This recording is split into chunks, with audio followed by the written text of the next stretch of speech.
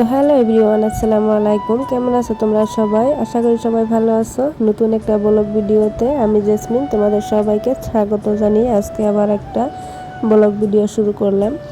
তো সকাল সকাল দেখো আমি সব কাজকর্ম করে নিয়েছি। সকালে উঠে চাটা রান্না করে খেয়ে আরও বাসি কাজকর্ম ছিল সব কিছু সেরে আমি ঘরটাও মুছে নিয়েছি আর এখন শুকাইতে দিয়েছি। তো শুকাইলে এই যে দেখো টাটা দিয়ে ঘর থেকে বেরিয়ে যাব। আসলে কিছুদিন হলো যেরকমভাবে রোদ উঠে আমাদের এই ঘরটাতে থাকা একদম অসুবিধা হয়ে যায়, কারণ ঘরের ভিতরে তো সিলিং নাই আর আমরা প্রায় ধরতে গেলে গাছতলাতেই বসে থাকি বেশি টাইম।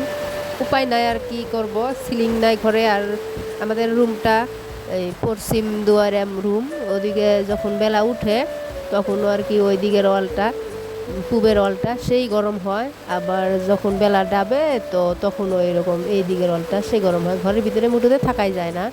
আসলে আমরা যে আগের যুগের মানুষেরা বলছে যে দহিন দুয়ারে ঘরে থাকার সমান শান্তি নাই, তো সেটাই আমার মনে হয় ঠিক কথা।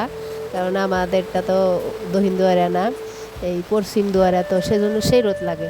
তো আমরাও আর কি গাছতলাতে বেশি থাকি বাতাসে।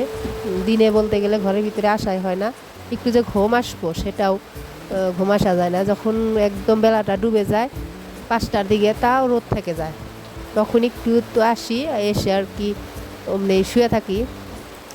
গরম যদিও অমনি শুয়ে থাকা হয়। তো আপুরা কথা বলতে বলতে আমি দেখো রান্নাটা সেরে ফেললাম, ডিম ভাজি করে নিলাম। আর আজকে আমি সকালে রান্না করেছি, তোমাদের ভাইয়া ডিউটিতে গেছিল, আজকে আবার চলে আসতেছে, তার জন্য আর কি ভাবলাম সকালে কিছু রান্না করে নেই, এসে খাবে। আর বাজারে যাবে, তারপর আজকে বাজার বারো, তো মাছ টাছ কিবা কিবি আনবে, তো খেয়ে দে তারপর চলে যাবে নি। ওই জন্য আর কি আমি কিছু ব্যবস্থা করলাম রান্নার। আর বেলাও হয়ে গেছে, 9টার মতো বাজে। ওই জন্য আর কি যে ডিমটাও হয়ে গেছে আর এই যে ভাতও হয়ে গেছে। তো মেয়েকে ডাক দিব, দিয়ে খাবো। আর আমি ভর্তা করব হচ্ছে কালি জিরা, তো কালি জিরাটা ভর্তা করবো, তার জন্য আর কি যে ঠিক করছিলাম। তা আবার যে একটা আমাদের হরেক মাল আসছে এখানে, তো আমাদের এখানে হরেক মালটা আসছে, তো আমার অনেক কিছু কেনার ছিল। অনেক দিন ধরে আর কি হরেক মাল এখান দিয়ে আসে না, তো আজকে আসছে যদি ভাবলাম কিছু টুকিটাকি কেনার, তো কিনে ফেললাম। কিনে যে তারপর আমি যে কালা হজ ভর্তা করব, কালি জিরা যে যাই বলো, তো তার জন্য আর কি মরিচ রসুন এগুলো ভেজে নিয়েছি, তারপর কালি জিরাটাও একটু ভেজে নিয়েছি, নিয়ে তারপর আর কি আমি পাটাতে শিলনোড়াতে আমি বেটে নিয়েছি। আর এই যে পুঁই শাকগুলো এই আমার চাচি শাশুড়ি করে হয়েছে, তো ওখান থেকে কিছু নিয়ে আসলাম।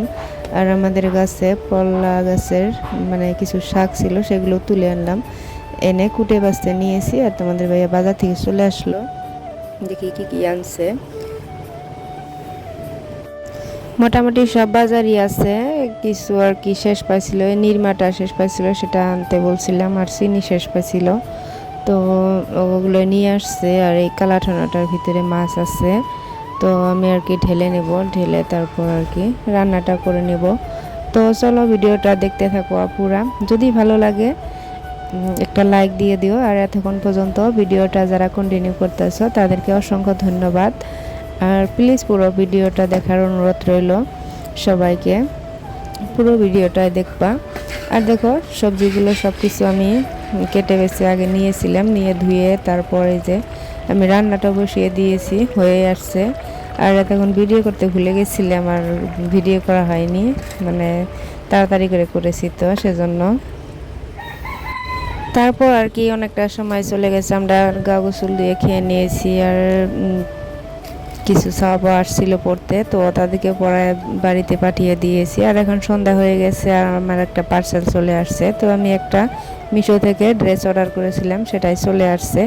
তো আজকের ভিডিও এইটুকুই আপুরা, আবার দেখা হবে কোনো একটা নতুন ব্লগ ভিডিওতে।